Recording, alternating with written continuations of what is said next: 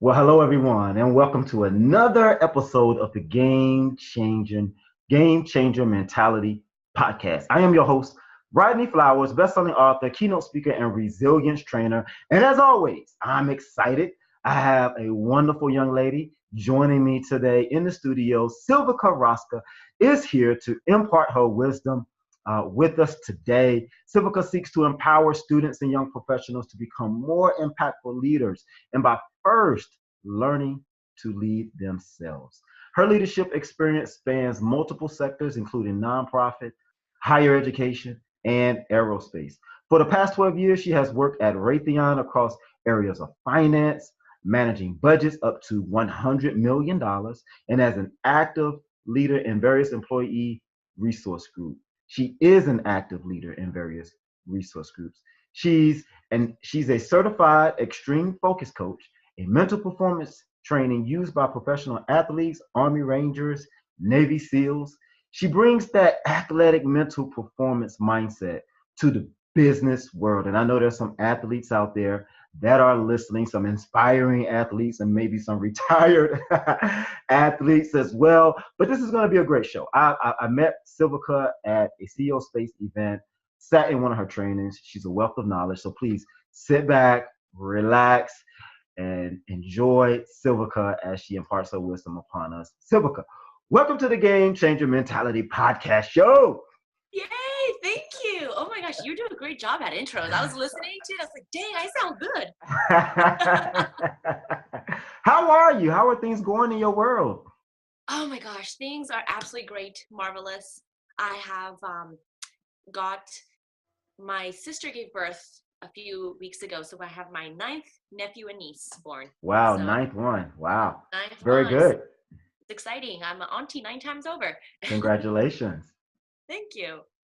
Good. So we're happy to have you here. Obviously, this is a Game Changer Mentality podcast. And I know there's some listeners that want to, find out more about what it is that you do, how you help people with this athletic mindset. How do you impart that into the business world? Definitely. Well, one thing, so I played sports in high school. I was always the tomboyish kid growing up. So, one of the things that athletes have that sets them apart from people who've never done anything competitive is that competitive drive and spirit.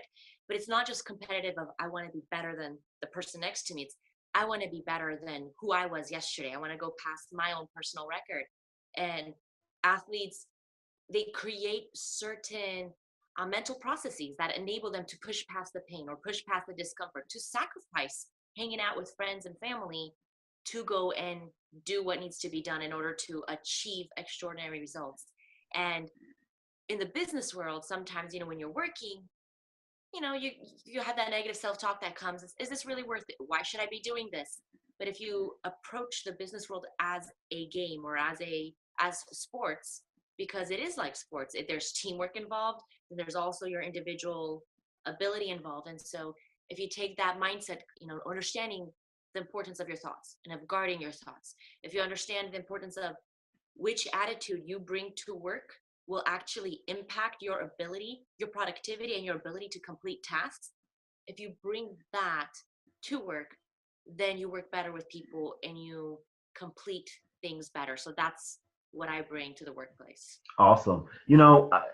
I agree with you 100%. And I've seen people that may not have that athletic mindset. They may not be athletic at all. They don't work out and they don't play sports or anything like that. However, they want to perform well at work, or they want to perform well in their jobs, or at their business. What would you say to that person who doesn't really have that athletic mindset or attitude about life? What would you say to that person? Oh, easy. I'd say three things. Start doing three things that will help you automatically. First, take complete ownership of your performance at work. The athletes that take full ownership of their performance are the ones that get better. The ones who keep saying, "Oh, it's the ref's fault," or "Coach didn't, this," or "This teammate didn't see me." Those athletes don't get any better. So take full ownership. Make a list of, okay, what is my performance like? If you don't have yearly performance reviews at work, give yourself a performance review and say, all right, what's my performance like, and where do I want to be? What do I actually want? And realize that maybe what you want is different than what other people want. But first, do that. Second, realize that your thoughts, okay, so your brain, your subconscious mind doesn't, your subconscious, your unconscious mind doesn't really know fact from fiction, right from wrong. It knows what you consistently feed it. So oh gosh, the Romanian word's coming up.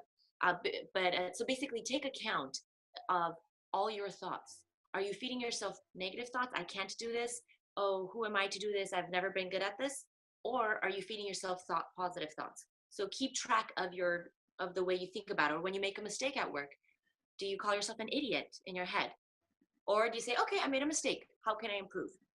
So keep track of your mindset, and then also keep track of the fact that gratitude is such an important component of everything. So one of the things that I do is I have a planner, and every day in my planner, I write, what am I grateful for today? And some days it literally is, I'm grateful for the blanket. It was so soft and warm when I woke up. Other days it's, I'm grateful because I was able to help this person.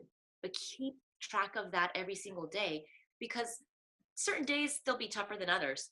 And going through and seeing that, like, oh, I'm grateful for this, you can switch your energetic mindset, your emotional state of being throughout the day. Even when a big tough project comes to you, you can switch that.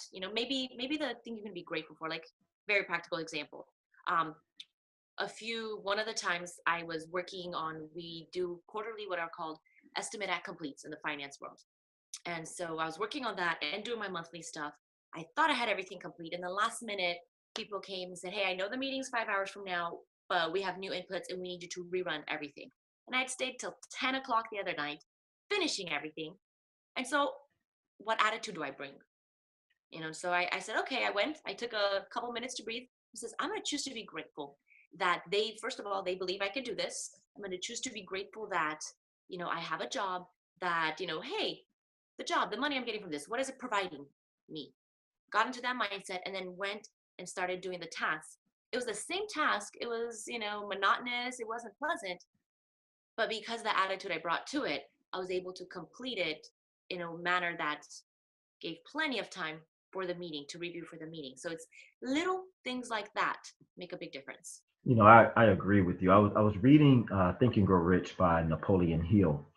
And I can't remember what chapter it's in, but he talks about that, taking inventory of yourself every single year. And it's an annual thing. And a lot of people, leave that to the corporations, or they leave that to their job. But, I can't agree with you more that, doing an assessment of yourself, like maybe on a regular basis, to track your progress, and see where you are. And I think when you do that, you recognize opportunities to do better. Mm-hmm. You recognize opportunities to perform at a higher level, to become better than you were before. So I really love that you say that. And gratitude, man. I mean, I never Mm-hmm. can say enough about gratitude, because I really think of gratitude as a sense of grounding, just kind of Yeah. grounding yourself, bringing things, back into perspective. And you mentioned mistakes, and even if you make mistakes, there's still something to be grateful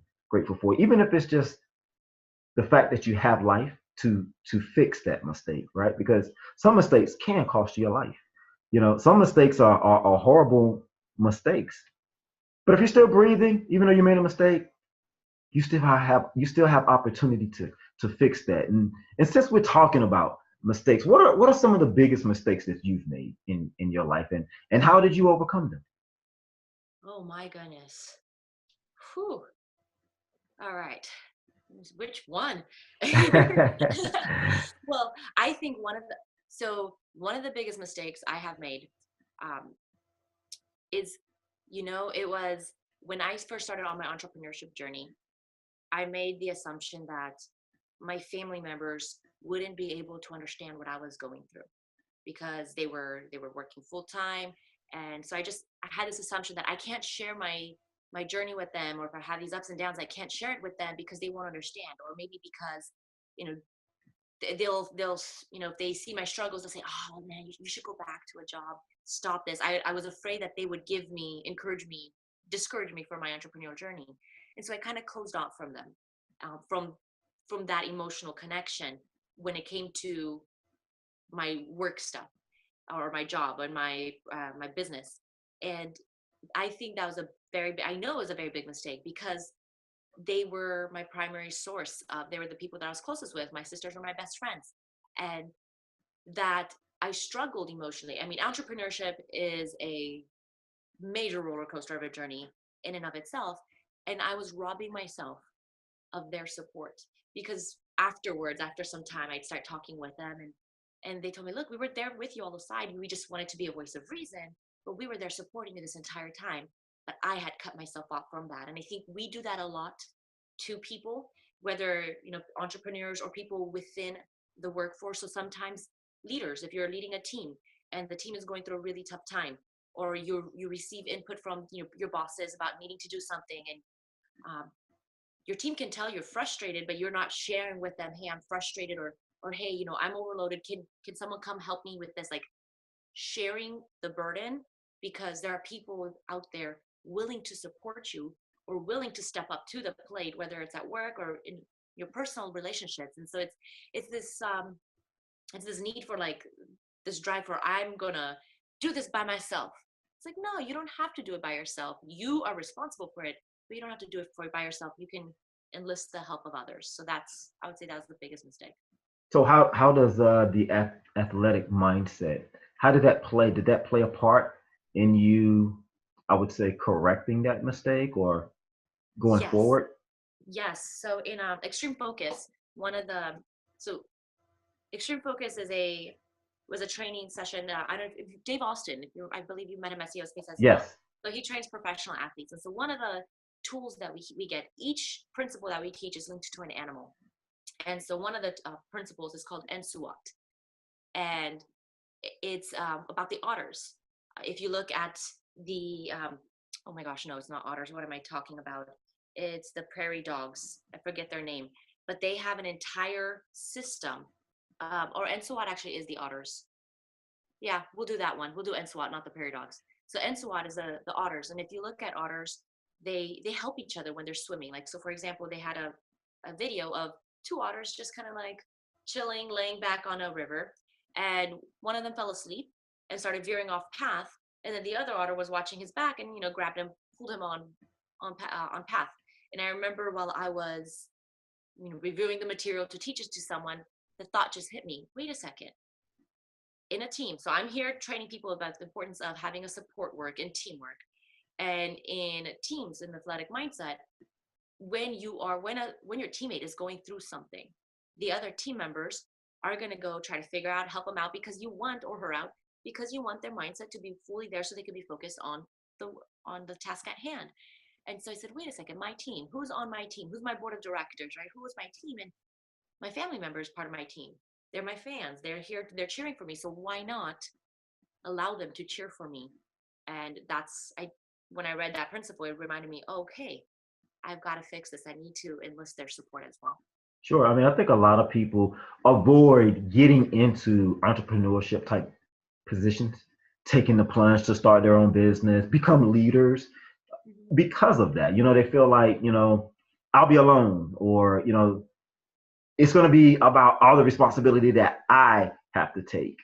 And what I love about teams is there's no I in team, and my mentor always tells me, I'm Namaha, and that means it's not about you. It's about the team. And so when we can have that mindset, have that level of mentality towards being a leader, being an entrepreneur, it takes a little bit of the fear out of it, because I feel like there are people out there that will support you Mm-hmm. whenever you are wanting to start a business. And it could be that your environment currently just doesn't support you as a business owner or a leader. And I'm a real big proponent of changing your environment, not only doing an assessment of yourself, but doing an assessment of your environment and the people that you are Yeah. around, because perhaps there's some other people that you need to be around that can support you, you know, as you go forth in entrepreneurship. And quite frankly, that really makes the difference. And if you look at athletes, you'll find that most athletes hang around other athletes, because you're talking Yeah. about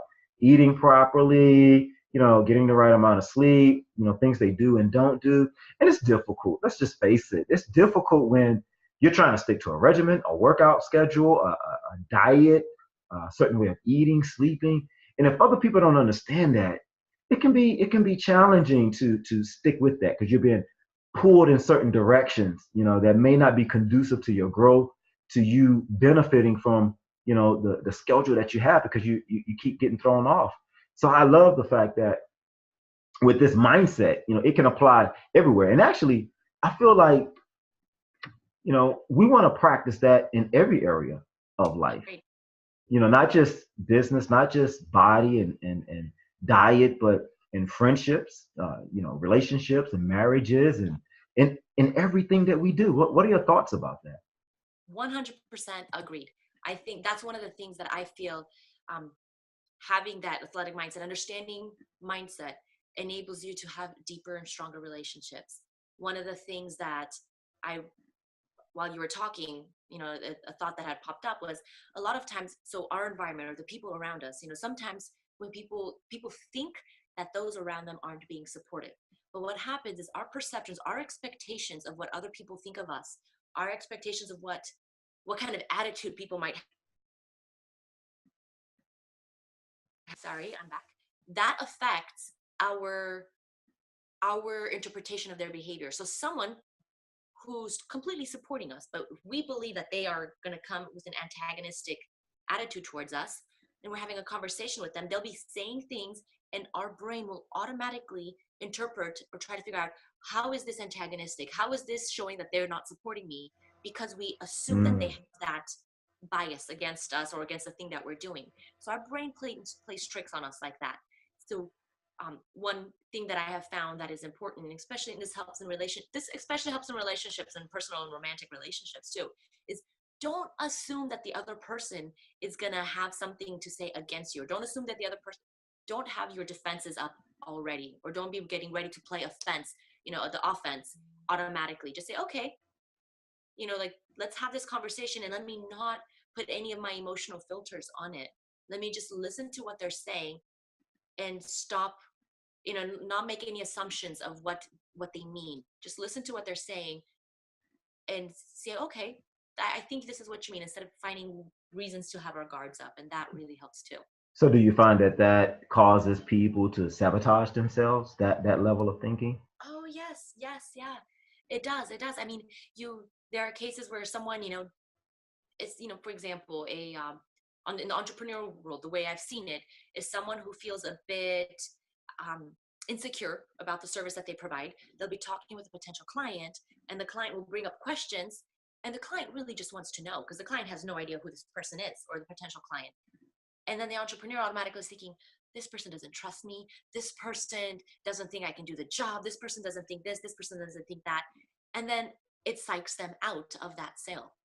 So that's Mm. one way. Another way that happens in the workplace, that happens where if you're talking with a team member and you think that team member doesn't think you're the right person for the job, when they're asking you questions, they might literally just want to know something, and then the person will interpret it as, oh, they're trying to find a way to undermine me. In personal relationships, the way it shows up, if someone's asking a question, everyone's thinking, oh, well, what are they really trying to say? It's not just a question. They're trying to prove a point. Where are they leading to? Instead of just facing what is currently there. So what do you say to someone like that sees themselves in what you're describing? Because I think this is a very common issue, and you can't see it. So you don't know if a person is doing that or not, but they know when they look at themselves in the mirror, or they're at sleep unit, when they're laying in bed at night, and they know that they do this and they have these thoughts. And I think it may be a poor self-image, or a lack of confidence, or maybe something that has happened in the past. What do you say to someone like that? How do we correct this issue? Yeah. So the way I have done it in the past. So the way I've addressed it for myself, for example, because I'm like pretty confident, and yet I struggled with confidence, especially. So um, I would stop and say, okay, wait a second, you know, why am I feeling this? What am I feeling, and why am I feeling it? And is this really true? And what I would do as well is, for example, for an entrepreneur or for someone who is working in a career, go out and network. Because one of the things I found is, as I'm interacting with other people, I'm getting this positive feedback from them that goes against what the voice in my head is saying about me. And so then as I go out to do and I get customer reviews, and so whenever the voices or whenever my negative self-talk wanted to come up, I would remind myself, oh wait, but this person saw something in me, but this person saw something in me. See, it's not just me. So other people see it too. It's verifiable. Or I would read if anyone, sent me a note saying, hey, you helped me. I save all of those. And so I would read those and say, okay, to encourage myself. And then another thing that I would do is to help someone else when it came time to help someone else. Because I used to work with someone who automatically assumed that anytime anyone did something, it was negative, that they were trying to find a way to get at them. And so I just have conversations with that person, say, okay, that could be it. It could be that person is out to get you. Are there any other reasons, any other motivations behind that action? And I'd have him go through and list all the other possible motivations. I didn't tell him he was wrong. I just consistently over time kept asking him, well, what about the other possible motivation? And eventually he stopped assuming they're out to get me was the primary motivation. Started thinking, wait, it could be this one. And the interaction changed over time. So it's two things I want to say to that. And the first thing is, you talked about remembering what people have said about you, and that's that feedback. And I think feedback is so important. And I don't think we get enough of that because we're silent, about certain things. We don't ask that type of question because we're afraid of what the answer may be, Yes. what the true feedback may get. But I find that whether it's negative or positive, it's good to know. That way you're not wondering. Because the second thing is we make up stuff. We're always making up stuff about what someone thinks or how they feel about our performance, about the way we look. I mean, the list just goes on and on and on. But I know that that's a human thing that we do is we make up stuff. But getting that feedback really baselines everything because now you know. And then if there is something, right, perhaps there is, you know what it is and you can work on it. It's the worst thing to feel that there's some negativity towards your performance or something that you're doing in a relationship or whatever it is, and you don't even know what that is. And then a lot of times, we don't build strong enough relationships for the people close enough to us to tell us that, or we have a sour attitude whenever we do hear negative information about us. So, I mean, those are some quick little fixes right there that we little changes that we can make to allow that feedback to happen, and we can stop making up stuff. I've seen people really just like all of their lives, they drive themselves crazy or they live, less than happy lives because they believe that someone feels a certain way or they believe that their performance is this. They believe something negative about themselves and it's never been validated. No one has ever told them that, and they come up with that all on their own, and then they believe it. And if you believe something long enough, it becomes your reality. It does, and you'll start seeing the science because your brain will find ways to prove you right. I do want to add onto the feedback thing. I'm glad you brought it up a second time. Oh, I mean, it showed up in the conversation again because one of the things that last year, Routledge and Co. and Global Shape Leader did a study where they analyzed 7 years worth of 360 performance reviews. Now, 360 performance reviews, for anyone who's not familiar, is if I, as a manager, am going to have a 360 performance review, that means the people who report to me are going to review me. My peers, my other managers are going to rate me or do a review of me, and then also my bosses. And so they did 7 years worth of 360 performance reviews on both men and women. And there's one thing that they found across the board, both men and women, as when the managers self-reported themselves, they reported themselves or rated themselves lower than what everybody else did. Women on average 25% lower, men 15% lower. So something to keep in mind, the importance of getting that feedback is we tend to be more critical on average of each other, of our own selves, than other people are of us. So important to get that feedback. And if you want to get feedback for personal, like one of the things that I did do is I asked 20 of my closest family members and friends to do a personal assessment of me. And so what I did is I set it up on like Google Docs. So it'd be anonymous. So that way they could be as honest as they wanted to without, because sometimes, giving feedback face to face is tough because you don't want to hurt the other person's feelings, or maybe I'm going to take it. Sure.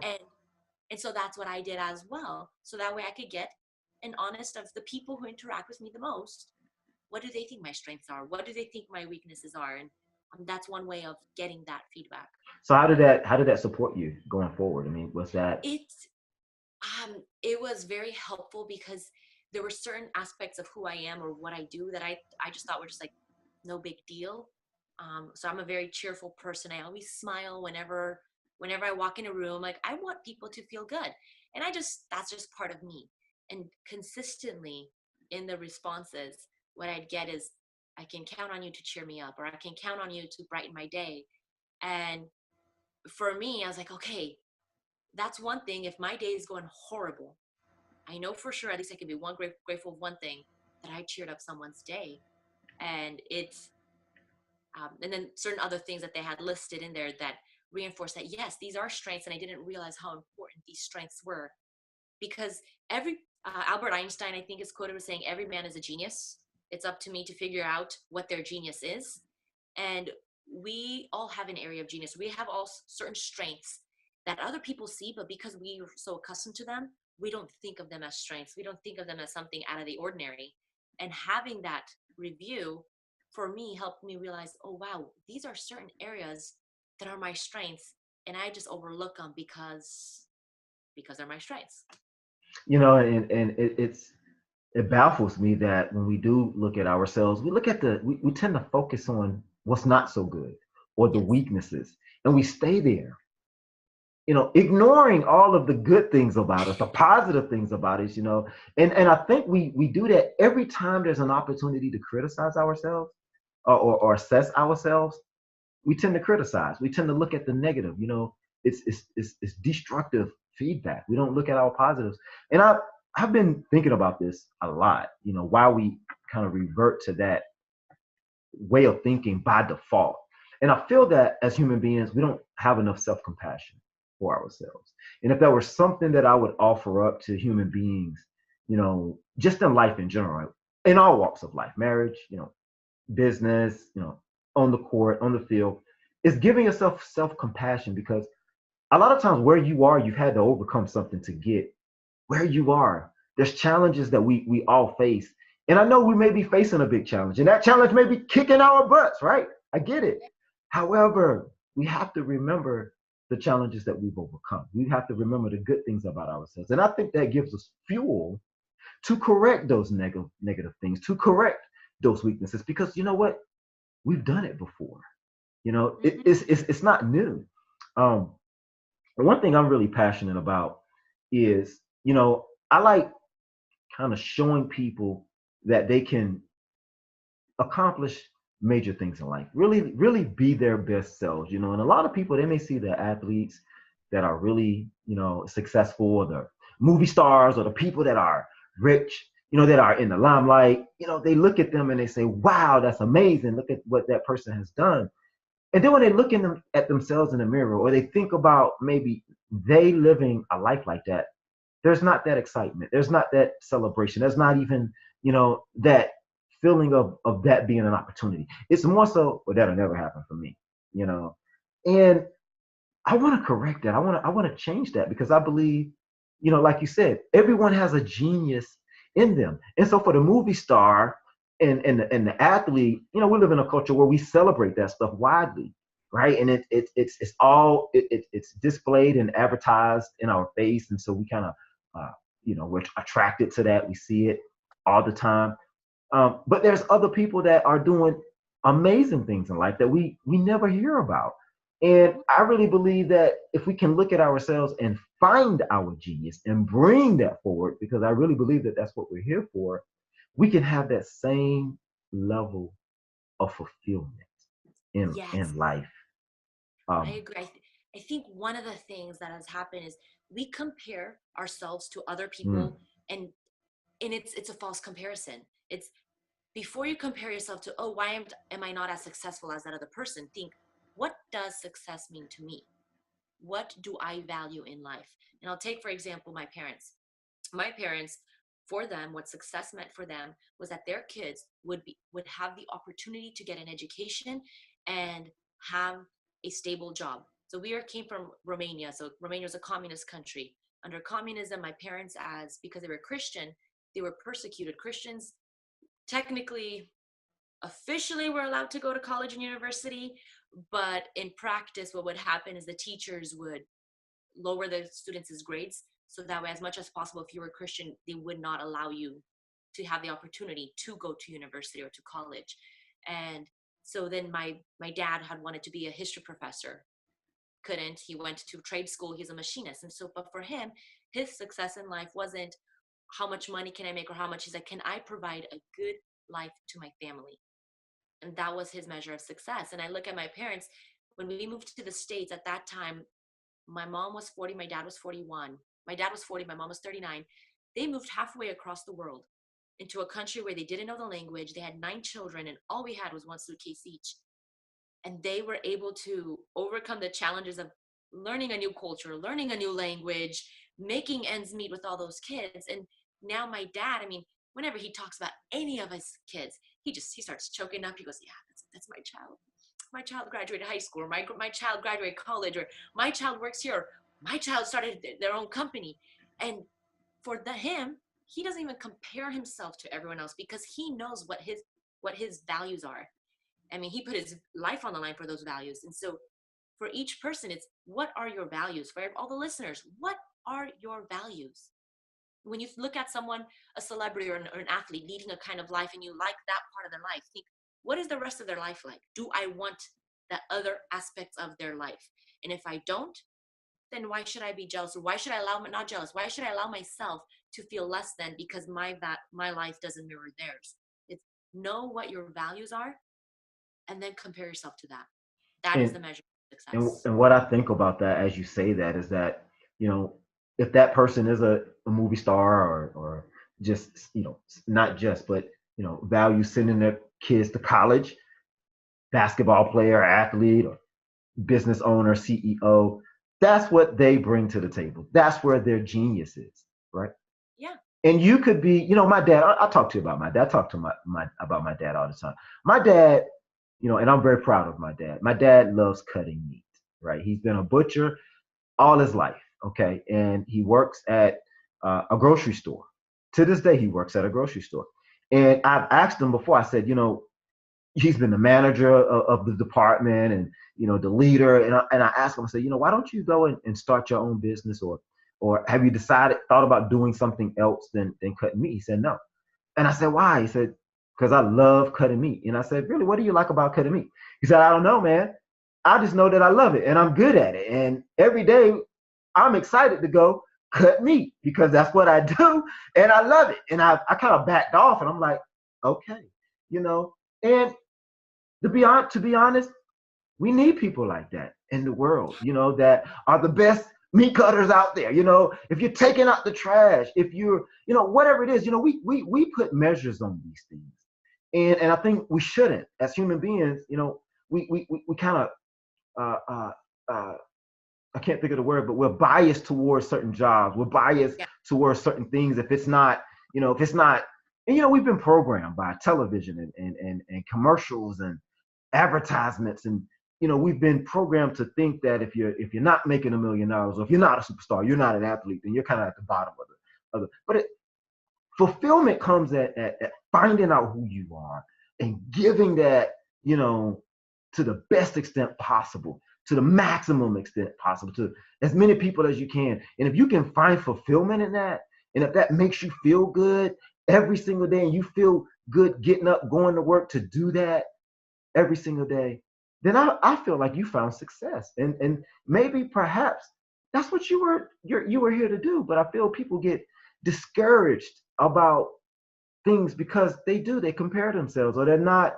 doing what the Joneses are doing, the Johnsons are doing, and it's ludicrous. Yeah.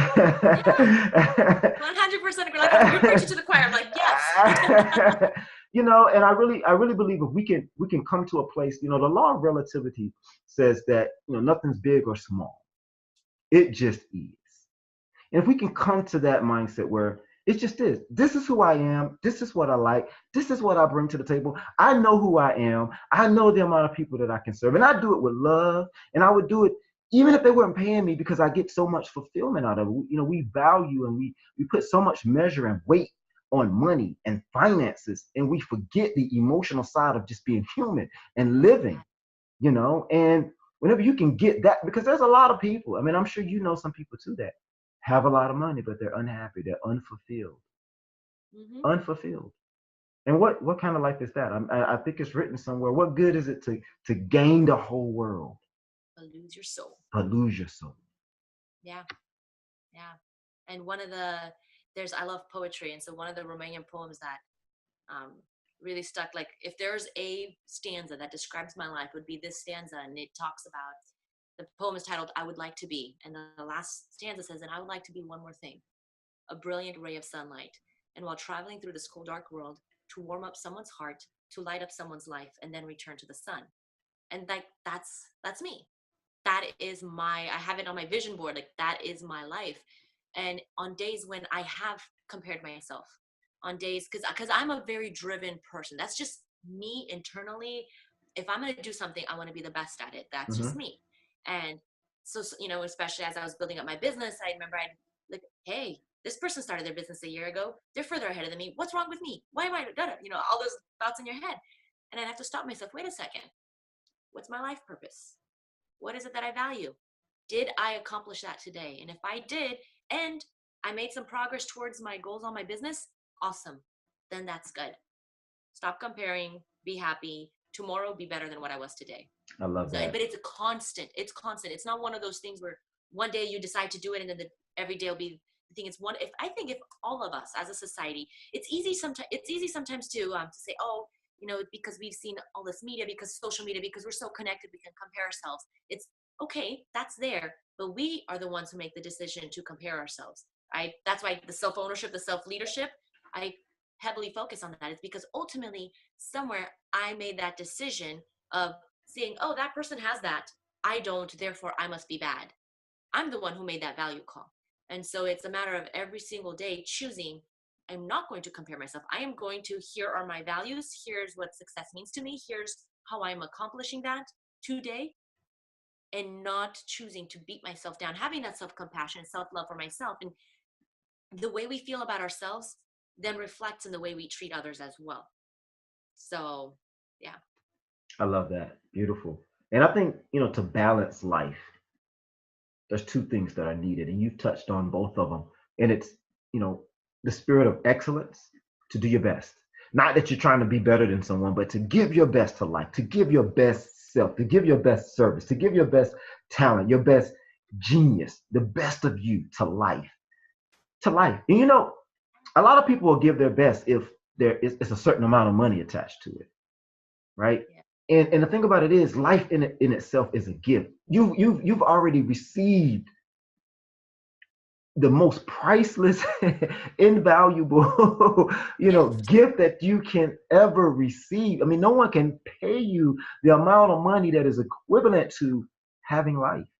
And so, for that reason, to give of yourself, you can't give yourself enough to repay that. The best thing to do is just whenever you die to be empty. So that's the first thing, is to practice excellence in your giving of yourself. And the second thing is the self-compassion. And I think those two balance each other out. Because if you're giving as much as you can, and then you have self-compassion for yourself, when you fall short, when things don't go quite the way you want them to, when you make mistakes, you make perhaps the wrong decision, your excellence isn't up to your standards. If you can have that self-compassion, you can put everything back into perspective. And having that balance, I mean, this is really the checks and balances of life, and being successful in my point of view. I mean, I just think that makes you unstoppable in my view. You can't be stopped with that mindset. And I think a lot of athletes are like that. I mean, you'll find athletes, I mean, think about football. I play football personally. Um, and even now you have these athletes, like a wide receiver. He'll run down and he's wide open, and the quarterback will throw it to him and he drops the ball. And he was practicing excellence. He was trying to making sure he's running his route properly, in the right position, wide open, drops the ball. But what I love about an athlete with the right mindset, he'll go back into the huddle and he'll say, rerun the play. Let's do it again. Short-term memory. self-compassion. They're not Yes. beating themselves up. They're not like, oh, maybe I don't deserve to be here, and then they'll go catch a ball that was more that's more difficult and complicated than the one that they dropped. Yep. And that's what excellence and compassion for yourself can do for you. You Yeah. know, Yeah. I love it. Love it. Like, well, Michael Jordan, he says he missed more shots than he ever made. mm, Yeah. But we remember, I mean, most all successful entrepreneurs, the very big successful entrepreneurs, they failed more businesses than were successful. But that short-term memory, they're like, okay, got it. Lesson learned. Don't do this instead. Next thing, keep going. The kids, little baby. I know this. It seems, a bit. I forget the word, but like the little children when they learn to walk, I see in my nieces and mm, nephews. They don't beat themselves. I fell down. mm. I'll never learn to walk. I suck at this. No, they get back up and they keep trying, keep trying. They keep falling, and then eventually they're totally fine. And it's We yeah. can learn a lot from kids, man, if we can just Yes, sit we back can.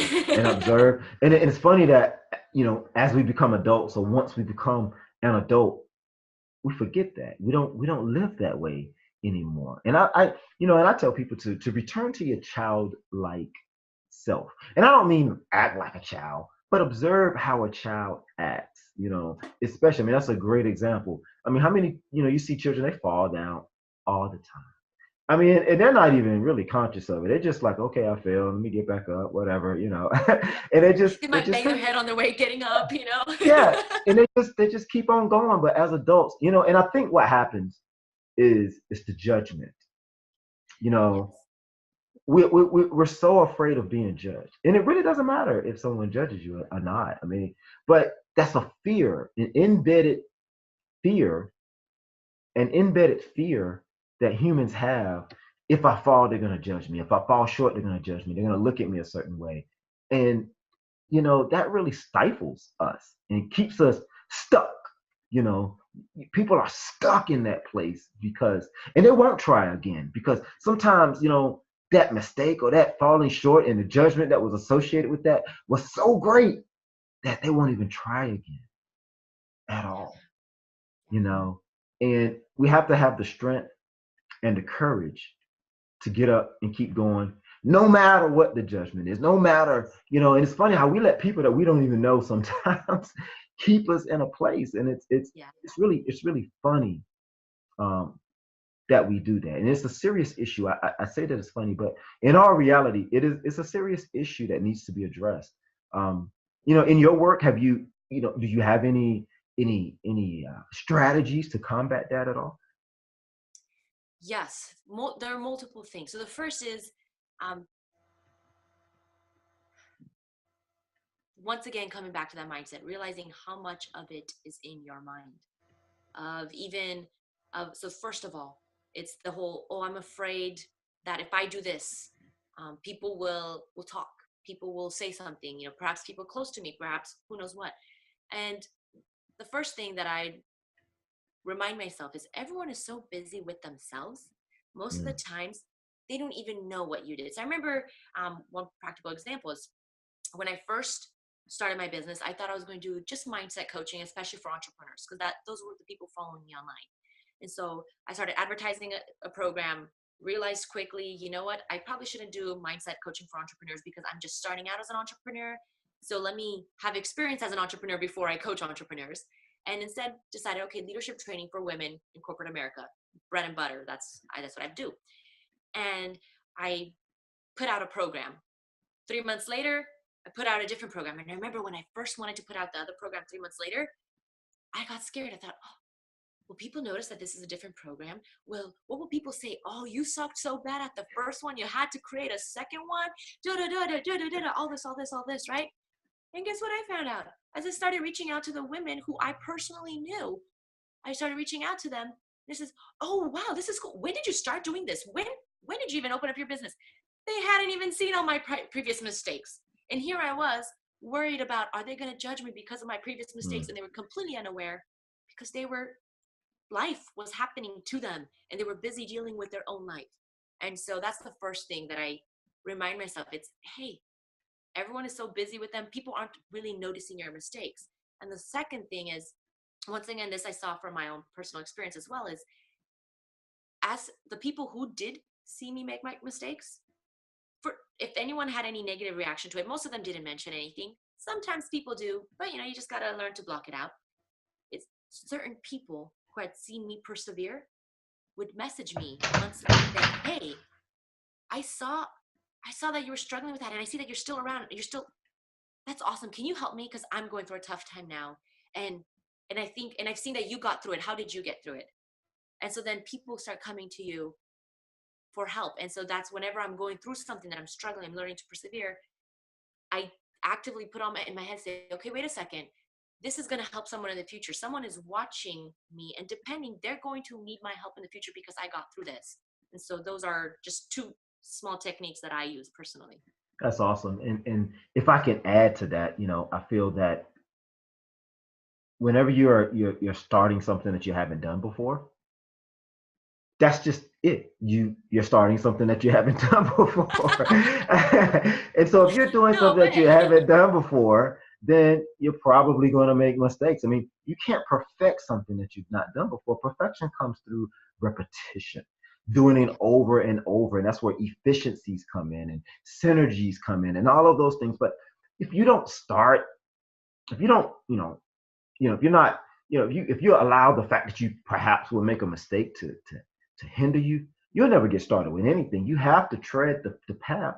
The Yeah. first time, sometime or another, you can't avoid that. It's just has to happen. When you're doing it the first time, you're probably going to make mistakes. So just deal with it. Go and I really believe that, you probably heard this, failing sooner, making mistakes sooner, failing fast, making the mistakes fast. Some people hesitate because they don't want to make the mistakes and they wait 5, 10, 15, 20 years before they get started. Whereas you could be further down the road now if you would have went ahead and initiated this process earlier, got those mistakes out the way and allowed the process to run its course because it is a process. You can't get around that at all. Yeah. So you're a coach. All right. And so how can people reach you? If they wanted to reach out to you, have you coach them? Perhaps there's some entrepreneurs that are listening that want some coaching with their business. Corporations may be listening and maybe Corporate. want you to come in and do some I training. do leadership training at Fortune 500 companies. Awesome. So how can they reach you? Definitely. You can reach me at silvicarosca.com. I have a whole bunch of stuff there, or at silvicarosca.com. So you can send me an email or go to the website, and the website has a contact me page. Awesome. So, I really enjoyed, meeting with you, having this interview with you. Is it Silvica or Silvica? Silvica. Silvica? Silvica. Silvica. I'm Well, sorry. people call me both, but yeah, no worries. All right, Silvica. So my apologies. And see, that was a mistake, but I'm not ashamed of it. All along I was thinking that was how you pronounced your name, and it wasn't until I heard you that I realized that was the proper pronunciation. Okay, so very good. Thank you for correcting me No, on you're good. that. It's been a pleasure to interview you. Like I said, I know you're a powerhouse, you're a ball of fire, and your information is so good. So thank you for joining us on the show. Thank you for being a member on the Game Changer Mentality podcast. It's been great. What are, if any, final words for the audience today? Ah, believe in yourself. You are so much Mm. more capable than you ever think you can. And for human beings, it's just there's something about being put in hot water, and that's kind of when you realize just how strong you are. So you're stronger than you could ever think. Just keep going through. Wow, I love that. Get out there and throw yourself into life. That's what I'm hearing from that. Get out there and throw yourself into life. That is a game changing message. Hey, thank you guys for listening in on another wonderful show with Silvica Rosca. Thank you again for joining us today. For our listeners, please remember to check out our Facebook group, our Facebook community. You can reach us at Game Changers Transformation Community on Facebook, and check out our other episodes here on the Game Changer Mentality podcast. Once again, I love you and I thank you guys for listening. I realize that there's other uh, podcasts, other shows that you can listen to, and I just want to personally thank you for being here with me. And so, as we sign off, I want you to remember that greatness is your birthright. Until next time.